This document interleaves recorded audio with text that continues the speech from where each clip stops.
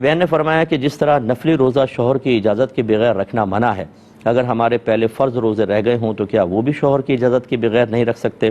جی بالکل ایسا ہی ہے۔ وجہ یہ ہے کہ رمضان کے روزوں میں تو کوئی کمپرومائز ہو نہیں سکتا، وہ تو اپنے وقت کے اوپر رکھنے ہیں، ان کے لیے وقت مخصوص ہے۔ اس میں تو اگر شوہر یہ کہہ رہا ہو روزہ نہ رکھو مجھے تمہاری ضرورت ہے، تو بیوی اس کا کہنا نہیں مانے کہ روزہ رکھنا فرض ہے۔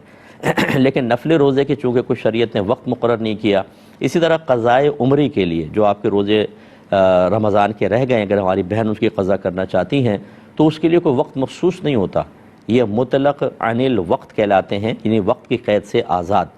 تو لہذا اگر شوہر کو بالفرض ضرورت ہے، وہ نہیں چاہتا کہ بیوی روزہ رکھے، تو بیوی اس کا کہنا مان لے اور بعد میں کسی دن رکھ لے۔ روزہ وہ بعد میں بھی ہو سکتا ہے، ہر وقت تو شوہر روکے گا بھی نہیں، منع بھی نہیں کرے گا۔ جیسے آپ کہہ رہی ہیں کہ شوہر نے کہا جب میں رکھوں تب تم بھی رکھ لینا، بہت اچھی بات ہے۔ ان چیزوں کے اندر جھگڑا بالکل بھی نہ کریں، اس میں شوہر کی اطاعت کر لینی چاہیے۔